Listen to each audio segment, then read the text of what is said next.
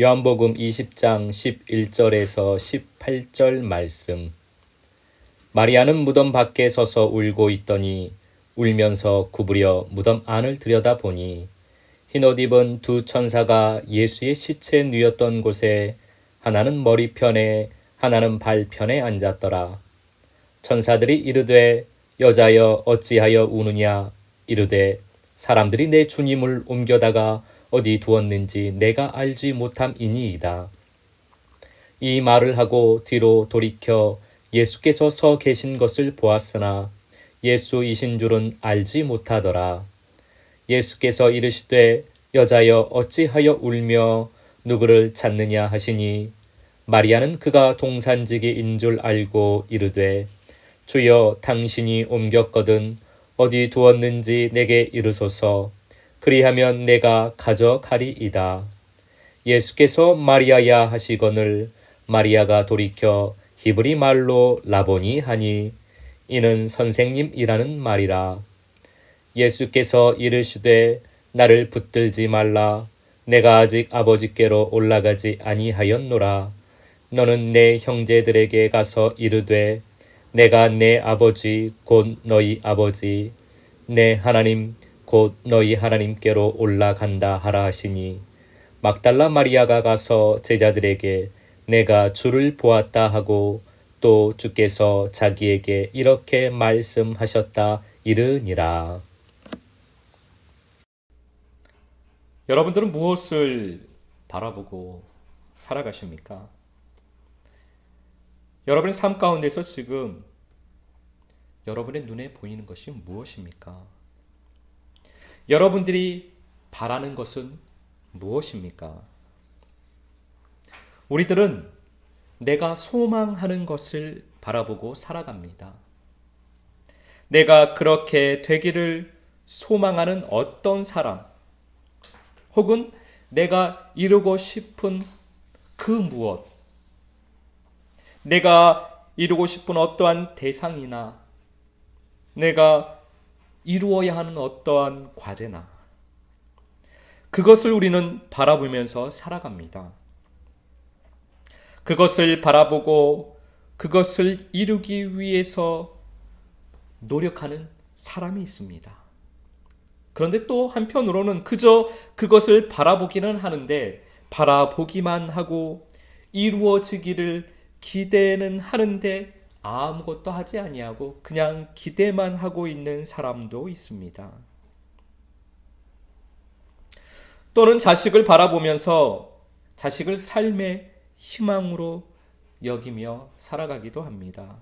또 내가 가지고 싶은 어떠한 물건, 내가 구입하고 싶은 어떤 것을 그저 바라보면서 그것을 소원하면서 또는 내가 어떠한 가지고 싶은 그렇게 갖고 싶었던 어떠한 물건을 내가 구입을 했다면 그것을 애지중지 매일 닦아가면서 매일 사용하면서 애지중지 바라보면서 살기도 합니다. 우리가 그렇게 바라보고 있는 것은 다 우리들의 마음 속에 있기 때문입니다. 우리들의 마음 속에 있는 그 어떤 것, 마음 속에 있는 그것을 우리는 바라보게 되어 있습니다. 가지고 싶은 옷이 있으면 자꾸 그 옷에 우리들의 시선이 가게 되어 있습니다. 왜냐하면 그 옷을 가지고 싶은 마음이 내 안에 가득 채워졌기 때문입니다. 먹고 싶은 치킨이 있으면 그 치킨이 자꾸만 내 시선에 들어오게 되어 있습니다. 자꾸만 내가 그것을 바라보게 되어 있습니다. 왜냐하면 그 치킨을 먹고 싶은 마음이 내 안에 가득 차 있기 때문입니다. 이렇게 우리들은 내 마음이 있는 곳에 내 시선이 가게 되어 있습니다. 그리고 그 시선이 있는 곳으로 우리들의 몸이 움직이게 되어 있습니다. 모든 스포츠에서 그래서 시선을 중요하게 생각을 합니다. 왜냐하면 시선이 있는 곳으로 몸이 움직이기 때문입니다. 내가 바라보고 있는 곳으로 내 몸은 움직이게 되어 있습니다. 이것은 하나님께서 만들어 놓으신 법칙입니다. 우리들의 삶 속에서도 이 법칙은 동일하게 적용이 됩니다. 우리는 우리가 보고 있는 곳으로 우리의 삶이 가게 되어 있습니다. 우리가 무엇을 어디를 보느냐에 따라서 그곳을 향하여서 걸어가게 되어 있는 것입니다. 그런데 이것이 우리들에게 더욱 중요한 것은 이 문제는 신앙 안에서도 동일하게 적용이 되기 때문입니다. 내가 신앙 안에서 무엇을 바라보느냐에 따라서 우리들의 신앙의 길이 달라지게 되어 있습니다. 마태복음 6장 19절 21절 말씀 우리가 함께 보겠습니다. 마태복음 6장 19절에서 21절까지 말씀을 제가 봉독합니다. 너희를 위하여 보물을 땅에 쌓아두지 말라. 거기는 좀과 동록이 해하며 도둑이 구멍을 뚫고 도둑질하느니라. 오직 너희를 위하여 보물을 하늘에 쌓아두라. 거기는 좀이나 동록이 해하지 못하며 도둑이 구멍을 뚫지도 못하고 도둑질도 못하느니라. 내 보물 있는 그곳에는 내 마음도 있느니라. 아멘. 예수님께서 우리들에게 보물을 하늘에 쌓아두라고 말씀하십니다. 땅에 보물을 쌓아두면 그 보물은 다 사라지게 되어 있습니다. 그러나 보물을 하늘에 쌓아두면 그 보물은 영원히 간직하게 됩니다. 땅에 쌓아놓은 보물은 이 땅에서의 삶이 끝나면 모두가 다 사라져 버리는 것들입니다. 그러나 하늘에 쌓아두는 보물, 우리가 하늘에 보물을 쌓아두면 그 보물은 영원히 간직하게 되는 것입니다. 그 보물 있는 곳에 우리들의 마음이 있다라고 예수님께서 말씀을 하십니다. 이 말씀을 우리가 다른 편으로 생각을 해보면 우리들의 마음이 있는 곳에 우리들의 보물이 쌓인다는 것을 알 수가 있습니다.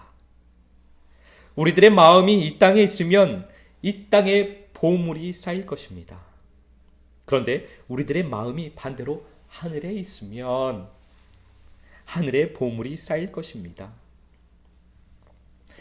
우리들 중에는 머리형의 사람이 있고 마음형의 사람이 있습니다. 일반적으로 남자들은 머리형의 사람이고 여자는 마음형의 사람이다 라고 우리들이 말을 합니다. 그런데 남자들 중에도 마음형의 사람이 있고 여자들 중에서도 머리형의 사람이 있는 것을 우리는 알 수 있습니다. 그래서 정확히 말하면 남성성이 있는 사람, 즉 남성의 성향을 가진 사람은 여자건 남자건 머리형의 사람이고 여성성이 있는 사람, 즉 여성의 성향이 있는 사람은 그 사람은 마음형의 사람이라고 볼 수가 있습니다. 신앙 안에서도 두 가지로 분류할 수 있습니다. 남성성의 신앙인은 성경적 지식으로 또는 인간적인 판단으로 자기 머리의 판단으로 행동하는 지식적인 신앙인입니다. 내 머리에 내 지식에 인정이 되어야만 그 길로 걸어가게 되어 있습니다. 반대로 여성성의 신앙인은 사람의 생각이 아닌 내 판단이 아닌 내 지식이 아닌 주님께서 주시는 마음을 따라서 그 신앙의 길을 걸어가는 사람을 말합니다. 여성성이 있는 사람은 예민한 성격을 가지고 있습니다. 이런 사람이 영적으로는 훨씬 더 많은 민감성을 가지고 있습니다. 그래서 여성성의 사람들이 성령도 훨씬 더 잘 받습니다. 주님을 사랑하는 성도들은 대부분 여성성을 가지고 있는 성도인 경우가 많이 있습니다. 마음형의 성도가 주님 사랑을 마음으로 더 찾기 때문입니다. 주님 사랑은 마음으로 찾아야만 합니다. 지식으로는 주님 사랑을 찾을 수가 없습니다. 지식은 주님 사랑을 머리로 이해하려고 할 뿐이지 그것을 마음으로 알고 마음으로 받아들이고 마음으로 그 사랑을 쫓으려고 하지는 않습니다. 그것이 지식의 한계입니다.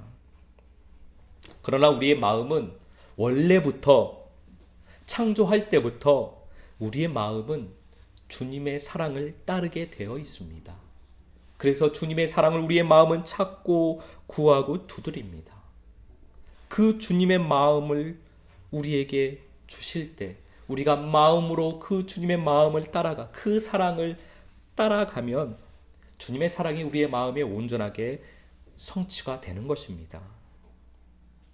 우리들이 마음으로 더 주님을 사랑하기를 소망합니다. 우리의 마음이 더 주님에게 향하기를 원합니다. 주님 사랑을 더 찾고 구하기를 원합니다. 요한복음 20장 11절 말씀 우리가 함께 보겠습니다. 제가 요한복음 20장 11절 말씀 봉독하겠습니다. 마리아는 무덤 밖에 서서 울고 있더니 울면서 구부려 무덤 안을 들여다보니. 아멘. 요한복음 20장 전반부에서 초점은 마리아에게 있습니다. 요한복음 20장 전반부에서는 계속 마리아의 마음을 우리에게 보여주십니다. 지난 시간에도 우리가 요한복음 20장 전반부를 보면서 오늘까지 이 말씀을 계속 우리가 그 말씀을 보면 우리에게 마리아의 마음을 보여주시는 것을 알 수 있습니다. 여러분들은 마리아의 마음이 보이십니까? 말씀 속에서 마리아의 마음이 보이는 것은 그녀의 모습이 마음으로 그려질 때 가능합니다. 내 마음 안에 마리아의 모습이 그려지면 마리아의 마음이 보이기 시작합니다. 마음으로 그녀의 모습이 그려지면 그녀의 마음과 내 마음이 하나가 됩니다. 그녀의 마음을 그래서 내가 느낄 수 있는 것입니다. 내가 마리아가 되기 때문에, 내 마음이 마리아의 마음이 되기 때문에, 내 마음이 마리아의 마음과 하나가 되면 내 생각이 그녀의 생각을 느끼기 시작합니다. 마리아의 생각이 내 마음 안에 들어오기 시작합니다. 그래서 말씀 속에 마리아가 내가 되는 경험을 하게 됩니다. 말씀을 지식으로 보면 이러한 경험을 할 수가 없습니다. 그러나 말씀을 마음으로 보면 이러한 일을 우리가 경험하게 되는 것입니다. 그럴 때 말씀이 살아 움직입니다. 말씀은 살아 움직이는 것입니다. 살아 움직이는 그 말씀이 내 혼과 영과 및 관절과 골수를 찔러 쪼개게 됩니다. 그것이 말씀을 먹는 것입니다. 베드로와 다른 제자는 빈 무덤을 보고 그냥 집으로 갔습니다. 그러나 마리아는 무덤 밖에 서서 울고 있었습니다. 어찌해야 할지 몰랐습니다. 내 주님을 어디에 두었는가? 그녀는 어찌할 바를 몰랐습니다. 그저 그곳에 서서 울 수밖에 없었습니다. 그냥 가버리는 제자들, 그들에게 야속함을 느낄 마음의 여유도 없었습니다.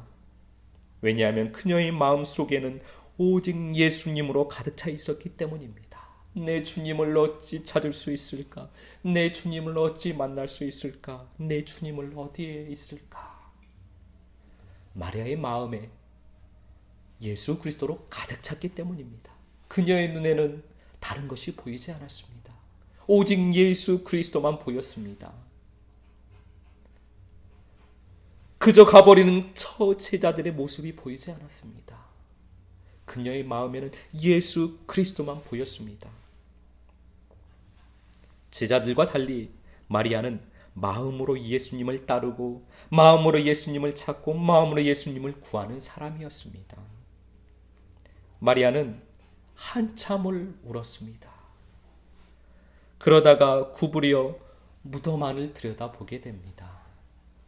그때 무덤 속에서 한 줄기 빛이 보였습니다. 그 빛은 그녀의 마음속에 한 줄기 빛이 되었습니다. 아, 예수님을 찾을 수 있겠구나. 내 주님을 이제 찾을 수 있겠구나.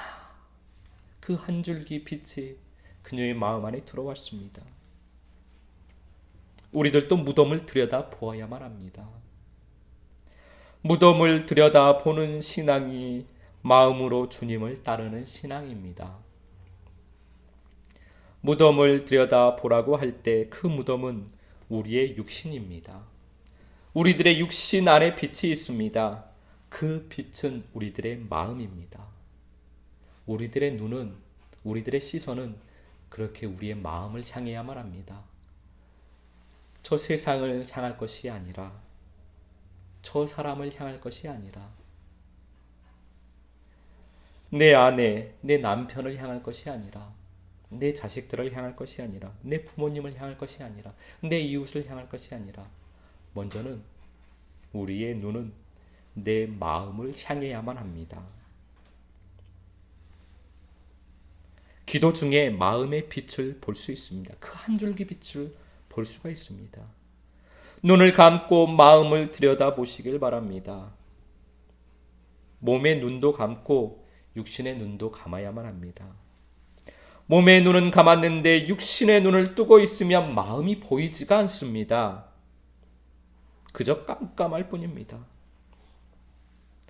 육신의 눈을 감는 것은 나의 욕망, 인간의 열망을 내려놓는 것입니다. 내 욕망, 인간의 열망을 내려놓고 눈을 감으면 내 마음이 보입니다. 마음 안에 빛이 보이기 시작합니다.